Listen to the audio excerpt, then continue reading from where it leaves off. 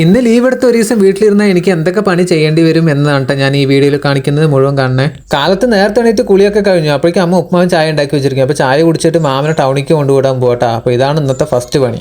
നല്ല സൗണ്ടിൽ പാട്ടൊക്കെ പാടിയിട്ട് ഇങ്ങനെ വരുമ്പോൾ മഞ്ഞത്ത് 2 പീക്കോക്ക് നിൽക്കുന്നു വീട്ടിൻ്റെ അവിടെ. ഇനി നമ്മുടെ അടുത്ത പണി പറയുന്നത് കാറ് കഴുകലാട്ടോ. അപ്പോൾ കാറ് കഴുകും കൂട്ടുകാരൻ്റെ വീട്ടിലേക്ക് വന്നിരിക്കുക.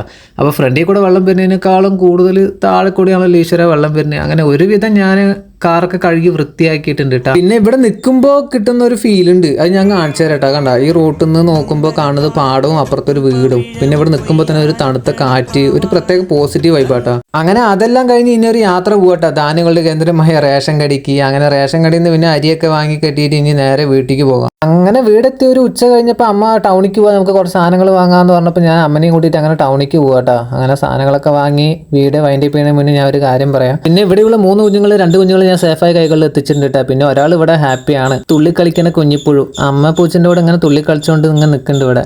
അപ്പോൾ വീഡിയോ ഇഷ്ടമായി കഴിഞ്ഞാൽ like and subscribe and follow ചെയ്യാൻ മറക്കല്ലേ.